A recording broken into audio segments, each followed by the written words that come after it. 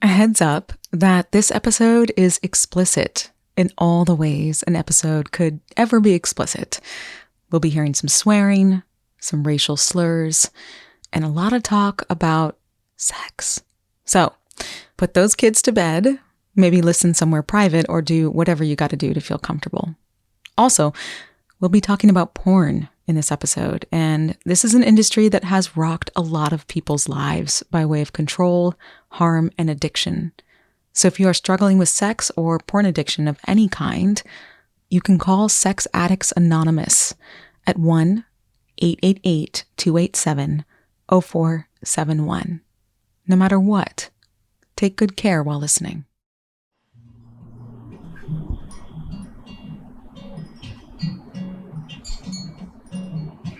I would say just every single partner or person that I've been with, I would say at least 9.5 times out of 10, I've been told, oh, wow, it's big, in some sort of variation. We don't shy away from tough topics here on Homegoings. Since our central focus on the show is race, a lot of hard stuff can come up about slavery, rape, and other horrors of history. But sex, like outright talking about sex, well, in America anyway, that seems to be the tabooest of the taboo. And if you really want to make folks squirm, take that conversation and make it black. You know, those that know, we that know, we know what we got, and we ain't tripping. I really pushed to make this episode happen because of all the stereotypes we've covered in this series so far. Stereotypes about intelligence, fatherhood, and life after incarceration. This one is kind of at the center of all of them, because the black body is at the center of all of them. And when it comes to the black body, well, there's one big stereotype that's alive and well today. All right, so let's talk about dicks.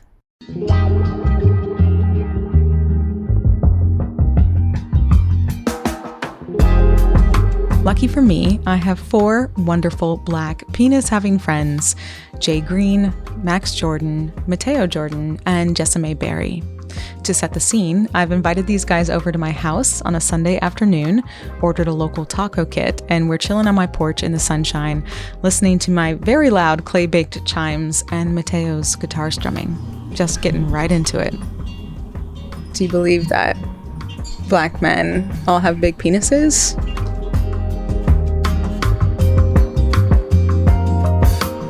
All the men I've been around in my family. I'm just saying, like, the few black dicks that I have seen, ain't no little dicks. They above average. Not everyone probably has this penis size, to be honest, but we probably do trump other races, if you will. Yeah, I think it's subjective in regards to even the partners you're with as well, but yeah, I'm having a good life. So everybody here has a big dick, is what you're saying? Yeah. Me? Yeah. Been told. I'm confident. The big black dick. BBC. Mandango. Tar stick. The Texas totem pole. And maybe the worst of them, the jailhouse C-section, are all, I don't know, pet names for the big black penis. And they're not just talked about as big, they're gigantic, beast-like, unhuman, and untamed penises that have historically been depicted in caricatures and other visual art as weapons, horses, and the marks of demons. The black man himself, as in the 1957 novel by Kyle Onstott, Mandingo, has also been depicted as this inexhaustible machine who can be used for nothing more than labor and sex. And speaking of books, the association between big penises and sexuality predates the modern understanding of race. Even the Bible talks about this in Ezekiel 23:20, which says, and quote, "They lusted after their lovers, whose genitals were like those of donkeys, and emissions were like that of stallions." End quote. The big black penis has shown up in pop culture and rap songs. It's been propagated on TV in shows like Insecure and Girls. And UFC fighter Conor McGregor received a lot of backlash for being racist after claiming that he's black. but only in a certain area. Do they not know I'm half black? Yeah! I'm half black from the belly button down. Yeah, that was the thing. Anyway, you get the point. This idea that black men all have big penises has a much further reach than just these guys here on my front porch. The myth is not a myth. Hey, it is what it is. I just think that, some people are blessed. Some people aren't blessed. Do the math and you'll see what the numbers add up to.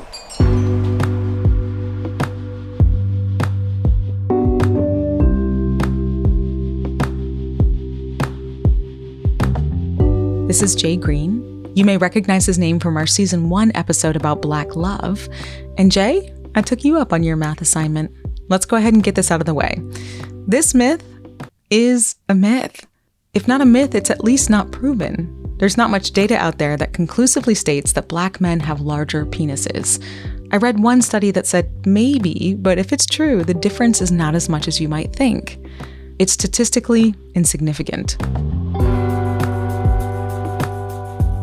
Regardless, this myth has stuck around, and so has its impact. So I know, and maybe you listening have already deduced that this objectification of any body part can't be a good thing. But I'm sitting here with these black men bragging about their penis size on my front porch, and I want to know if they know. You know? And so it never offends you? No. No, I don't think I've ever been offended by somebody saying, you got a big dick. Cool. Who doesn't want a big dick? Fair enough. Who am I to tell these guys anything about how they should feel about their bodies? But on the other hand, this myth is as harmful as it is complimentary. It's an objectifying, dehumanizing, race-based sexual stereotype rooted in slavery, auctions, and the sale of black bodies. Also, the big black penis has become an expectation of black men, whether they have one or not. So, I get it with these guys. It is something to brag about because it's synonymous with your self-worth. What else is there to do? Admit that you're human? Because in order to do that, you'd have to be seen as one first.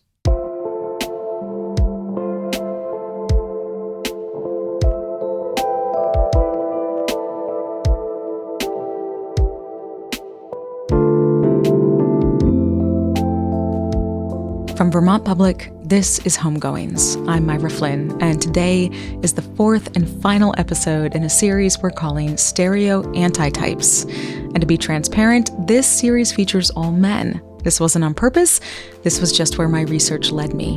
A lot of these most troubling, most profound, most dangerous stereotypes apply to black men. Shocking, I know. So, for the better part of 2024, I've been chatting with black men about the stereotypes that have been applied to them their whole lives. Stereotypes like, all black fathers leave, all black men are scary, all black people are stupid, and today's stereotype, all black men have huge... I wouldn't even say it's an undercurrent. It's an overcurrent of racism that flows through the sex industry. This is Homegoings. We're a proud member of the NPR network. Welcome home.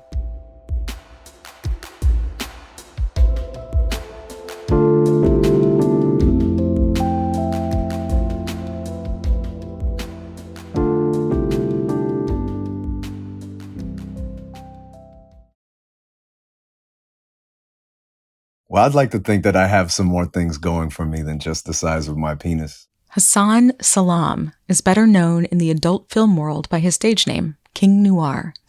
And he does have a lot going for him. He works really hard. He's performed in hundreds of videos, put on live sex shows, hosts a podcast, dabbles in the film world behind the camera, and is also a rap artist. Said you heard it all before, but just not like this. Bottle ready, Yeti Kane, singing nice like this. Said I sip my drink, can I puff my spliff? For those that ain't gone, only ones I miss. My ex Finding a male sex worker who would unpack their package with me was a tough get. Turns out there's a reason for that. Myth-busting isn't exactly in everyone's favor. First and foremost, it's how a lot of people make their money. So they don't want to demystify, their breadwinner. Black men, that's their selling point for their porn or, kind of like their existence, because they've bought into the stereotype that we don't have anything to offer besides our dicks. King seems to have no problem messing with his bottom line here with me today, or most days. I've done enough digging to understand that King is your favorite sex worker's favorite sex worker. In addition to everything else he does, he's a community activist, and he and his partner, jet-setting Jasmine, have taken the media by storm to talk openly about how to make sure, as a sex worker, that you're engaging in fetishes, not being the fetish. For me, sex is art. And it's beautiful. And I think that decolonization is one of the biggest steps towards emancipation of our mind and freedom of our bodies. So if it affects some of the bottom line, but helps our people get free, then it's worth it. I'm speaking with King over Zoom at his home in Tampa, Florida, and I can hear little family noises in the background from his wife and 2 daughters. Talking to him feels like talking to any family man, so it's easy to forget that he is in fact a porn star. But we are here to talk about bodies, so eventually it became time to address the penis in the room. You do have a big black penis. When did you learn that? When did you learn the power of it? And when did you learn the problems that came with it as well? The first time I really learned, and it wasn't a color thing, because I was in middle school, and there was this girl in my middle school. We've actually had this conversation as adults, so she knows I'll be talking about this shit. Her name was Dana, and she used to run around in the school saying to the dudes, like, "Oh, show me a dick." That was Dana's thing. You know what I'm saying? That was Dana's thing back in the day. And I've always been an exhibitionist. So I was like, oh shit, yeah, sure. And she was like, okay, and then brought back somebody else. It's like, show her too. And I was like, oh, that must mean I got something to look at.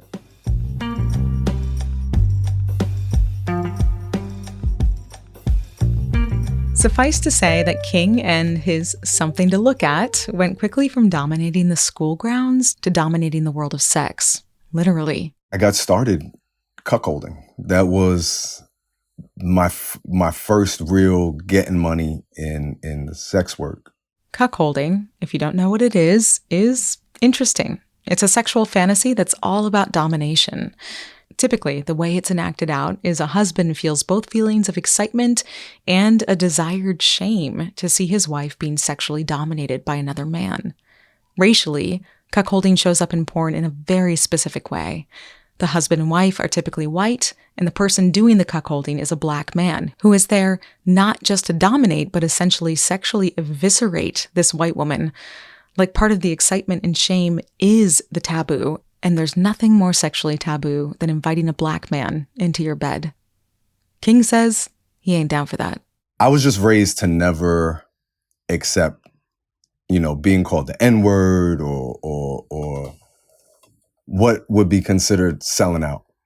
And being in some of those, like, this isn't even on camera, where people will want to, if I'm hired to be with their wife or something, and then they'll start completely racializing it. And it's like, nah, chill, stop that. I'm not here for that. But then speaking of bottom line, they won't call me back. They won't have me back because they want that racial aspect of it. King says there are certain companies he will never work for because of their history of racism. Companies who have hidden their racist agendas until the last minute, until he finds himself and his body in compromised sex scenes. White women who he's worked with over the years, only to find out on social media or some other public platform that they were racist all along, even though they slept with him. And surprisingly, as someone myself who spends a lot of deep time in the nuance of all things racist, I learned a new word today. blacked. To say that someone is blacked after they have sex with a black person is like saying they are dirtied, soiled, and now marked. You know, so there is this, I wouldn't even say it's an undercurrent. It's an overcurrent of racism that flows through the sex industry.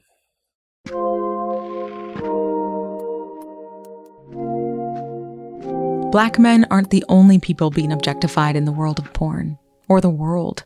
If you look deep enough, you can find a little something objectifying about every race, gender, or class of people. In our episode about black femmes in the music industry, we touched on some of the stereotypes black women deal with, like the Jezebel trope, which paints us as sexually eager from the age of, well, being children. Latinx men and women who are already seen as overtly sexual and spicy are kicked up a notch to being insatiably sexual and are also portrayed as dirty immigrants or prostitutes looking to have sex as a passage into America. In a lot of ways, the way people show up in porn mimics a lot of the horrible ways we see each other in real life. So when it comes to black men, if it's been centuries of seeing them as animals, slaves, thugs, commodities, trade for land or labor, why would he get to show up any differently in his sexual existence? Like, I remember I saw this this cartoon. It was like on Twitter or something, and it was like, Asian man, big brain, small penis. Black man, big penis, small brain. Like, I talked to like some of my Asian folk about it, and be like, yo, when I get to school, people expect me to have all the answers. That's a double-edged sword as well when people think you're smart. But when people think you're stupid and think the only thing worth anything about you is your body, when you don't match the physical stature or you don't have that libido, you're thrown away.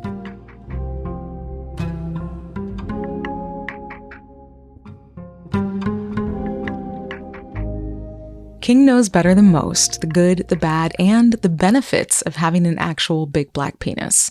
He gets paid for a lot of things, and one of them is his penis.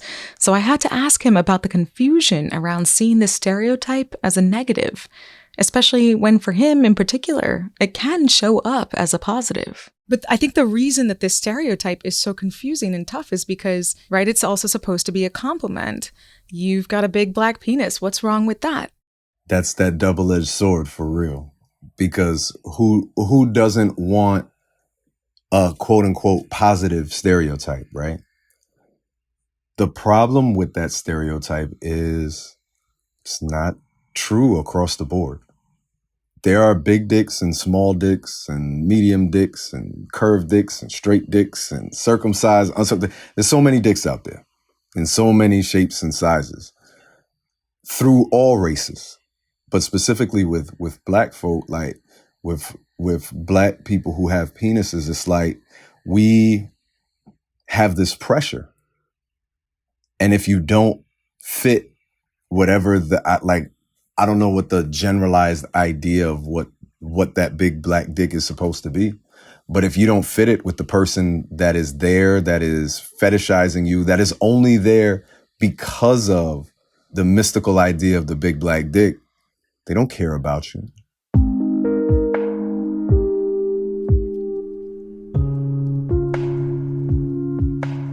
If you don't get hard for them, or it's not the size that they want, or maybe you don't want to fuck right then. Maybe you want to get to know the person. Maybe you like cuddling a little bit, or kissing, or something that doesn't fit this particular stereotype.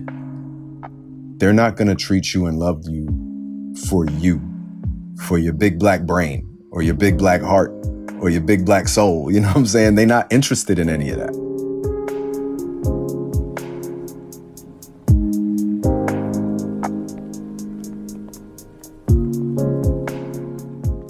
When we come back, I learn a whole lot about the origin of this stereotype that applies to black men from a woman. But people really do not understand that what we're seeing in porn in 2024 is coming directly from the stereotypes implemented by white enslavers and auctioneers from the 17 and 1800s, right? That's right after this.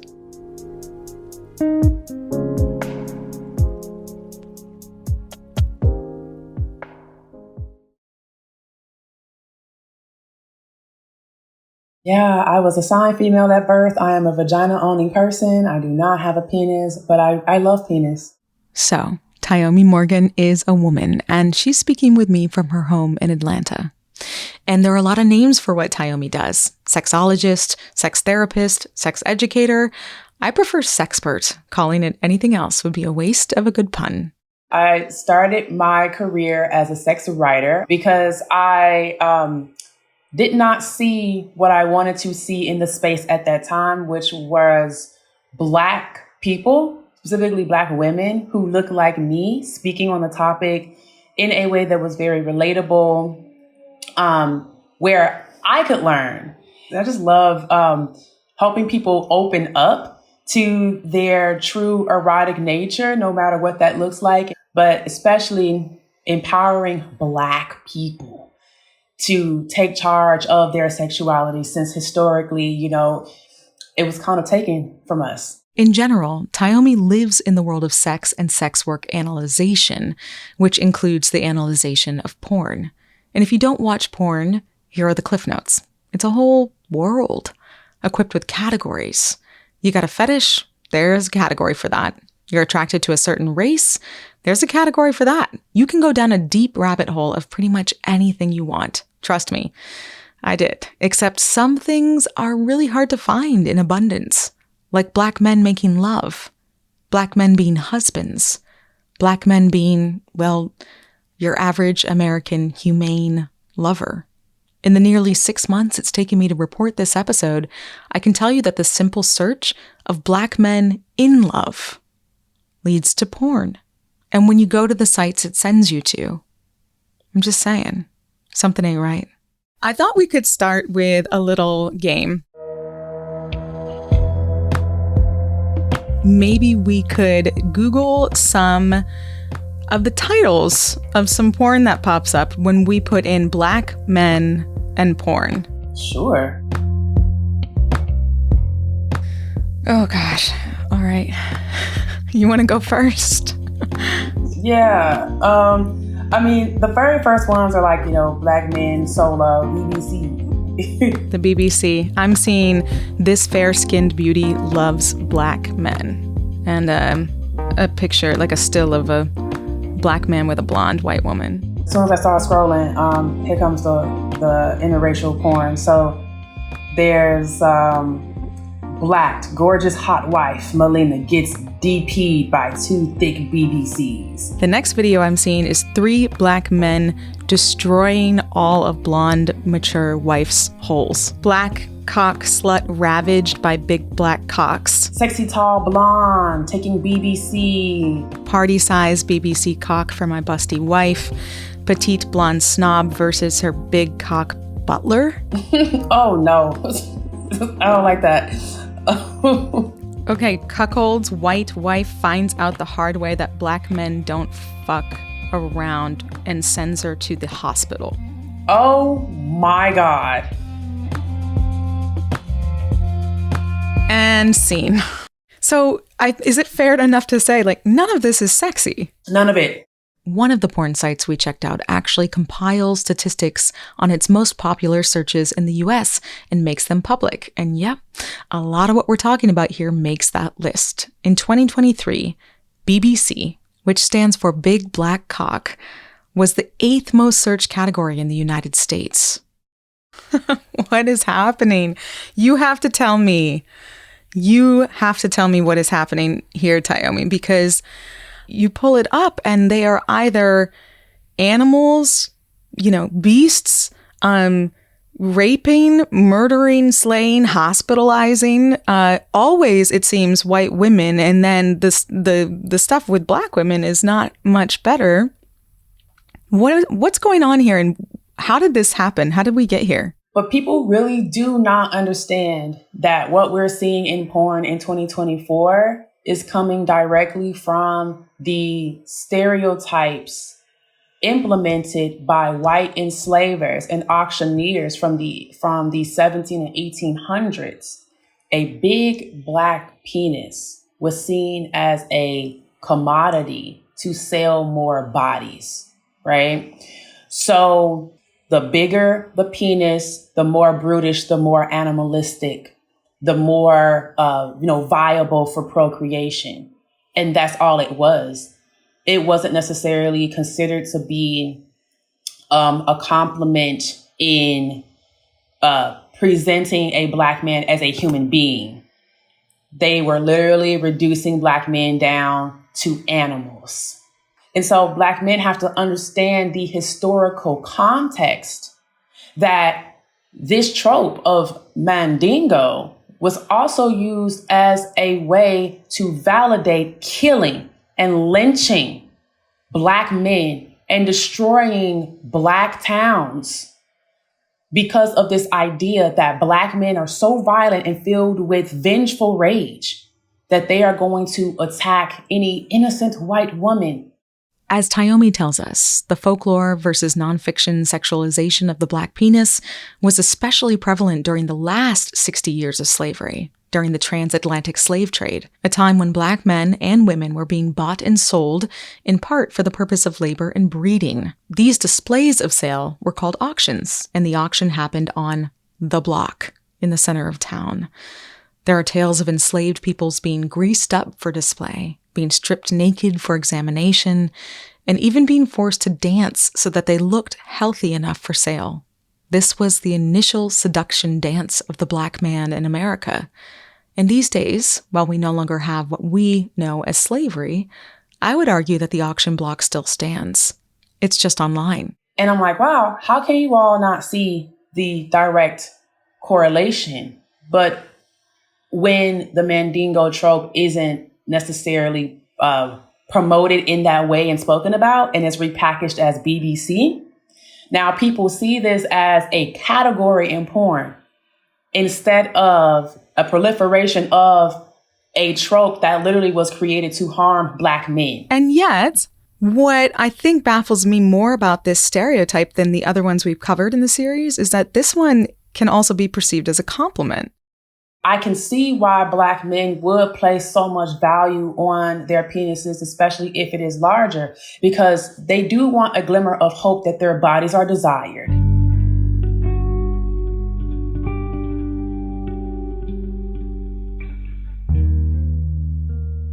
That they are seen as superior as sexual beings, but they really don't understand that historically, that has not been a compliment. And it still is not a compliment. But pornography has been able to rebrand it. It's sad because the average consumer is blissfully unaware of any of this. How do you have the tough conversation with a black man that says you are worth so much more than your body? Your worth is so much larger than these categories. Your presence is so much more important than your history. Like, specifically, how do you heal this in your home? The first thing that can be done is celebrating a black man at the intellectual level, trusting him to make the intellectual decisions for your family, right? And empowering him in that way. That's a good start. Specifically speaking of like sexual intimacy, right? Where the penis is not centralized at all, but every other part of the body is. So having moments where you can just celebrate his facial features. Black men have some of the most beautiful facial features. From the lips to the nose to the cheekbones to the eyebrows even, just everything. Celebrating that and exploring different parts of the body in a way that is soft Black men have not traditionally been treated with softness. Imagine what it would be like and how disarming it can be for his nervous system on a generational level to treat that man with softness and gentleness. There's healing in that too. And so just doing those types of things can really help to bring the humanity back, to help a Black man understand that he is more than just a bull. He has a choice in how his body is seen and interacted with. He has a choice on whether he wants to interact in sex or not. And he has higher intellect that should be honored. And I really hope that Black men will begin to advocate for that for themselves, because they have to be the ones to also do it.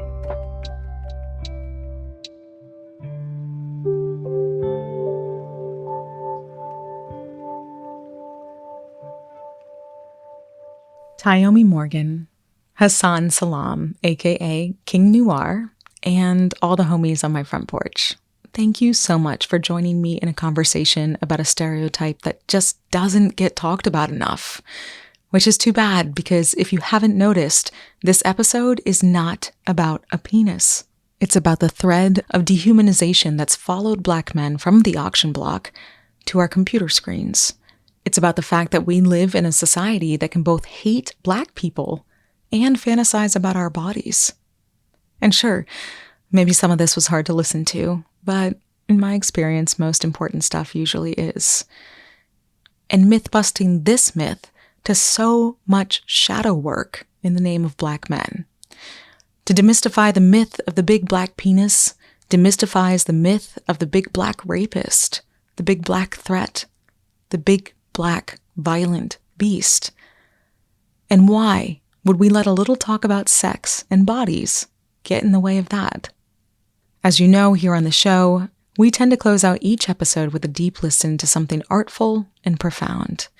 So we're going to let King take us out on some soul work. According to him, the extra ingredient needed in the healing of Black men is love. Big Black love. He says it goes a long way.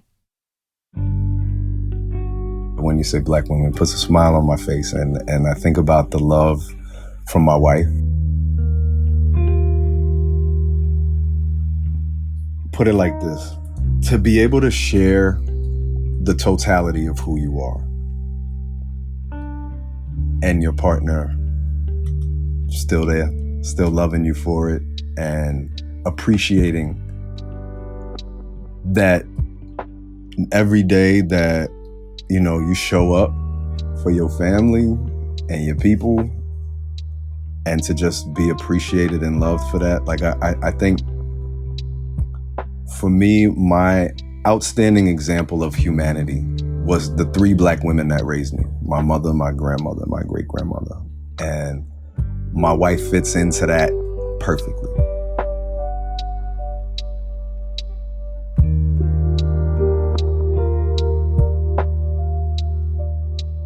I feel like when we can also stand up and do our part as well, then we can also receive the love to understand, like, no, I'm not out here searching for white women to rape.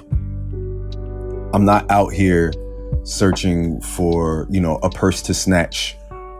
I feel like in order for us to heal as men, we also have to take ownership of the place on the totem pole of oppression where we're also oppressing those below us. So, like, especially if you're like a cis heterosexual male, how you treat the LGBTQIA community, how you treat women, how you treat kids is also like, yeah, we get shit from above us, but we shouldn't just push that shit beneath us in how others are treated.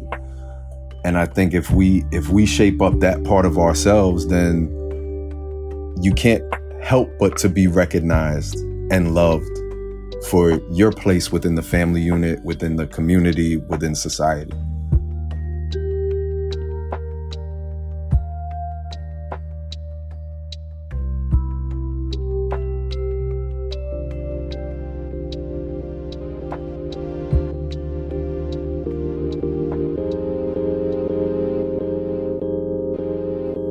Thank you so much for listening to Homegoings. It's been a pleasure being here with you. And special thanks to Corey Doxer, Jay Green, Tim Sonnefeld, Brent Dixon, and Emmanuel Berry. As mentioned, this is the fourth and final installment of what we hope will be an ongoing series for us here on the show called Stereotypes.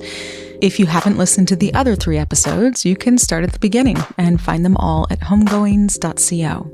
And if you have a stereotype you're interested in unpacking with us, write to us at hey@homegoings.co. While you're there, you can sign up for our bi-monthly newsletter. This episode was mixed and reported by me. We also had help on a multitude of things from our associate producer, James Stewart. Jane Lindholm edited this episode with help from James Stewart, and I composed our theme music. All other music by Jay Green, King Noir, and Blue Dot Sessions.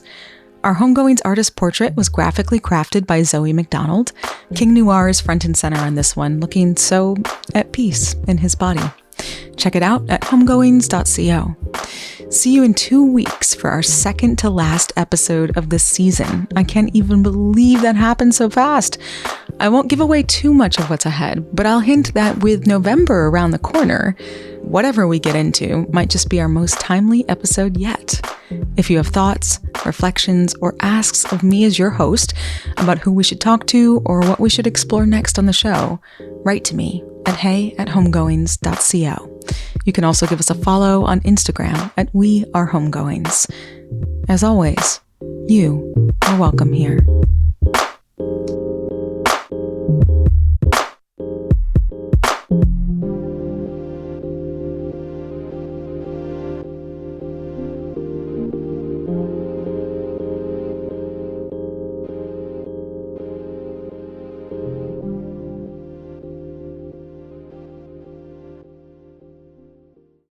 The candidates for November are set. I know Donald Trump's type. Between now and Election Day, we are not going back. A campaign season unfolding faster. Kamala Harris is not getting a promotion Than any in recent history. Make America great again. Follow it all with new episodes every weekday on the NPR Politics Podcast.